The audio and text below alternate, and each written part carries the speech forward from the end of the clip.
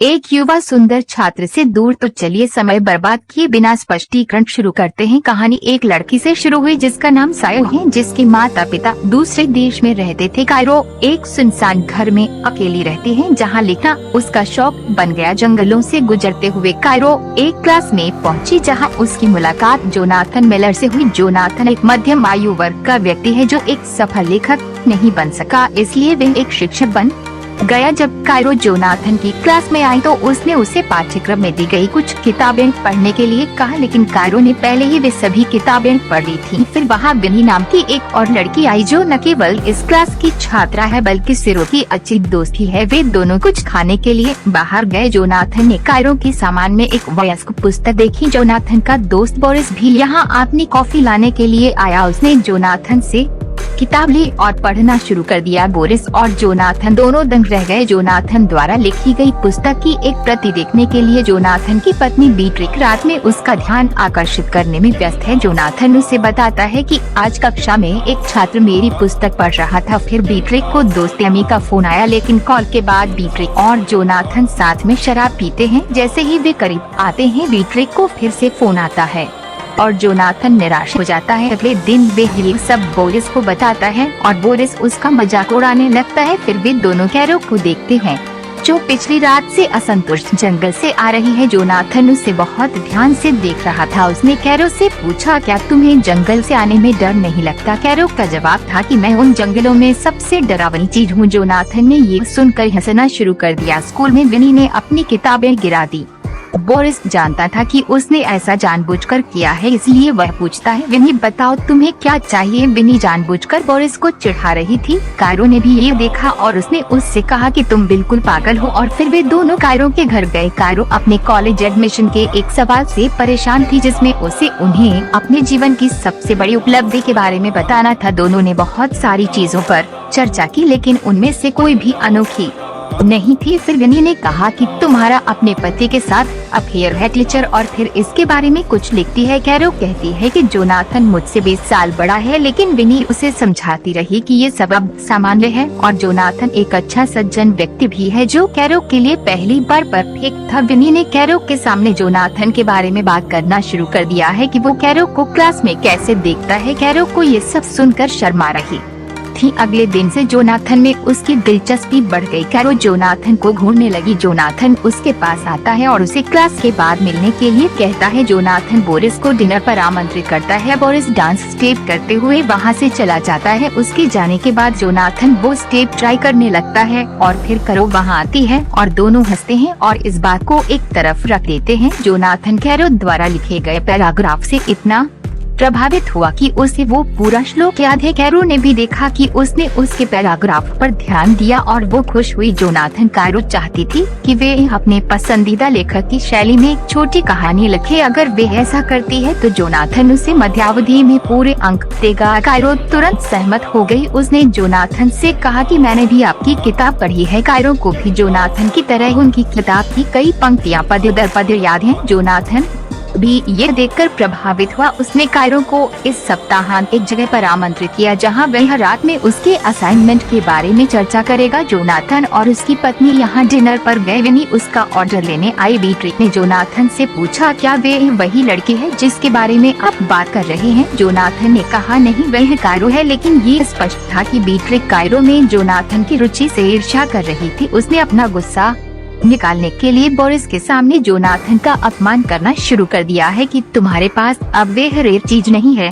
तुमने कई सालों से कुछ नहीं लिखा है, तुम सिर्फ एक साधारण शिक्षक हो। सप्ताहांत पर कायरो उल्लेखित स्थान पर गई। जोनाथन ने उसका पीछा किया और उसके बगल में बैठ गया। यहाँ एक आदमी ने एक कविता सुनाना शुरू किया। जोनाथन कविता को बहुत ध्यान से सुन रहा था और कायरो कविता के बाद जोनाथन को देख रही थी। कायरो बाहर आई और सिगरेट जलाई। जोनाथन ने भी उसके साथ सिगरेट शेयर करना शुरू कर दिया। अगले दिन कायरो एक हॉट ड्रेस पहनकर जोनाथन के सामने आई। जब बोरिस ने इस बारे में पूछा, कायरो ने कुछ नहीं कहा। जब बोरिस वहां से चला गया, कायरो ने जोनाथन से बात करना शुरू कर दिया। वे क्लास में जाते समय करीब आ रहे थे। जोनाथन को अपनी पत्नी से क्लास में कहीं बाहर जाने का संदेश मिला। कायरो जोनाथन को अपने पसंदीदा लेखक के बारे में बताती है, जिसकी शैली वह कहानी लिखेंगी। जोनाथन को घर जाने की जल्दी थी, इसलिए उसने जल्दी में हाँ कर दिया। उसके जाने के बाद विनी जोनाथन के टेबल पर चढ़ गई और कायरो को चिढ़ाने लगी। तभी बोरिस मिलने आया। जोनाथन विनी बोरिस को चिढ़ाने लगी। उसने उसका फोन अपने कपड़ों में रख लिया, लेकिन यहाँ कायरो को उसका फोन नहीं मिल रहा है। दूसरी तरफ जोनाथन का अपनी पत्नी के साथ जाने का प्लान कैंसिल हो गया क्योंकि वह अपने काम में व्यस्त थी। फिर जोनाथन को कायरो से फोन आया। दरअसल जोनाथन गलती से कायरो का फोन अपने बैग में ले आया। जोनाथन और उसकी पत्नी का प्लान पहले ही कैंसिल हो चुका था, इसलिए जोनाथन कायरो को फोन देने के लिए चला गया। जब वह कायरो के घर से बाहर पहुंचा तो वहां बारिश होने लगी और कायरो एक पतली ड्रेस में जोनाथन के पास आई। दोनों एक दूसरे को देखने लगे और फिर दोनों ने एक दूसरे को किस किया। इसके बाद जोनाथन यहाँ कायरो अपने घर वापस आ गया। जोनाथन की पत्नी ने उसे एक मेल भेजा। जोनाथन की पत्नी ने उससे कहा कि जब तक तुम यहाँ हो मैं अपना काम नहीं कर पा रही हूँ, इसलिए जोनाथन वहाँ से एक छोटे से केबिन में चला गया। यहाँ जोनाथन ने कायरो द्वारा भेजी गई कहानी को प्रिंट किया। उसने इसे पढ़ना शुरू किया। यह एक वयस्क कहानी थी। इस कहानी में एक छात्र और एक शिक्षक जैसे जोनाथन और सायो के बारे में बात की गई थी। जोनाथन उत्साहित हो गया। उसने अपनी पैंट उतार दी, लेकिन अगले दिन सब कुछ बदल जाता है। जोनाथन ने कायरो को पहले की तरह फोन नहीं किया। कायरो ने उससे पूछा कि क्या हुआ। जोनाथन ने कहा कि उसे उसकी कहानी बिल्कुल पसंद नहीं आई, इसमें बहुत सारी गलतियां हैं। जब कायरो ने कहा कि ये सब हमारे बारे में है, जोनाथन ने स्पष्ट रूप से कहा कि हमारे बीच कुछ भी नहीं है, हम सिर्फ एक शिक्षक और एक छात्र हैं और कुछ नहीं। ये सुनकर कायरो का दिल टूट गया। जोनाथन ने उससे कहा कि या तो इसे फिर से लिखो या मैं तुम्हें मिड टर्म में फेल कर दूंगा। कायरो और भी ज्यादा गुस्सा हो गई। उसने कहा कि कहानी एकदम सही है, तुम्हें बस डर है कि मैंने वो लिख दिया जो तुम नहीं लिख पाए। जोनाथन को अपमानित करने के लिए कायरो ने उसे एक आम लेखक कहा। उसने कहा कि अगर तुम में हिम्मत है तो मुझे धोखा दो। कायरो रोते हुए घर चली गई। उसने विनी के साथ शराब पीना शुरू कर दिया। दूसरी तरफ जोनाथन के चेहरे पर तनाव साफ दिख रहा था। जोनाथन की पत्नी ने उससे पूछा क्या हुआ। जोनाथन ने उसे कायरो की लिखी कहानी के बारे में बताया। कहानी सुनकर वे भी उत्साहित हो गई, लेकिन जैसे ही वे कुछ कर पाते बोरिस वहां आ गया। जोनाथन फिर से निराश हो गया। दूसरी तरफ कायरो और विनी बात कर रहे थे। कायरो ने विनी से कहा कि जोनाथन सिर्फ उसके करीब होने का नाटक कर रहा था। कायरो ने विनी से कहा कि वह बोरिस को मैसेज करे ताकि उसका ध्यान बच जाए। विनी ने बोरिस को चिढ़ाना शुरू कर दिया, लेकिन बोरिस पर उसके शब्दों का कोई असर नहीं हुआ। बोरिस का ध्यान आकर्षित करने के लिए कायरो ने फैसला किया। दोनों ने अपने कपड़े उतार दिए। दोनों करीब आ गए। उन्होंने अपनी तस्वीरें बोरिस को भेजी। जैसे ही बोरिस ने यह देखा वह जोनाथन के घर से चला गया। तभी जोनाथन की पत्नी को जोनाथन के स्कूल से फोन आया। पूरे स्कूल को जोनाथन और कायरो अफेयर के बारे में पता चल चुका था। ये सुनकर उसकी पत्नी हैरान रह गई। उसने जोनाथन से पूछा ये सब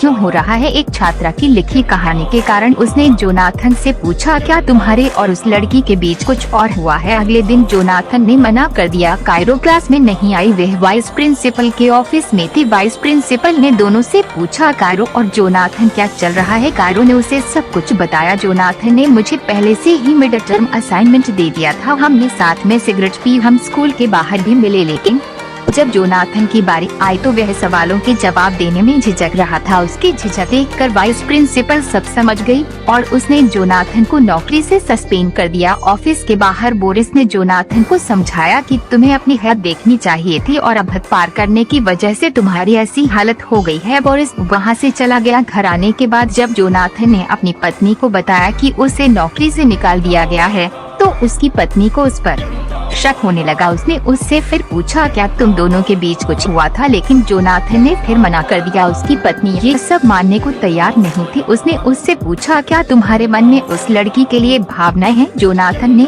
कुछ नहीं कहा। दोनों में लड़ाई होने लगी और वे एक दूसरे की कमियां गिनने लगे। लड़ाई इतनी आगे बढ़ गई कि जोनाथन की पत्नी दूसरी तरफ उसे तलाक देने का फैसला किया। विनी कायरो से मिलती है। उसने कहा कि तुमने जो किया उसकी वजह से जोनाथन को अपनी नौकरी से हाथ धोना पड़ा, लेकिन अब कायरो को इसकी परवाह नहीं है। उसने कहा कि जोनाथन ने मुझे कमाका, लेकिन अब उसे पता चल जाएगा कि मैं असल में क्या हूँ। कायरो ने ये सारी बातें उसे बताई। सबसे बड़ी उपलब्धि आखिरकार कायरो ने कहा कि न तो जोनाथन के पास अब नौकरी है और न ही उसकी पत्नी अब वह लिख पाएगा। इस नोट पर फिल्म खत्म होती है।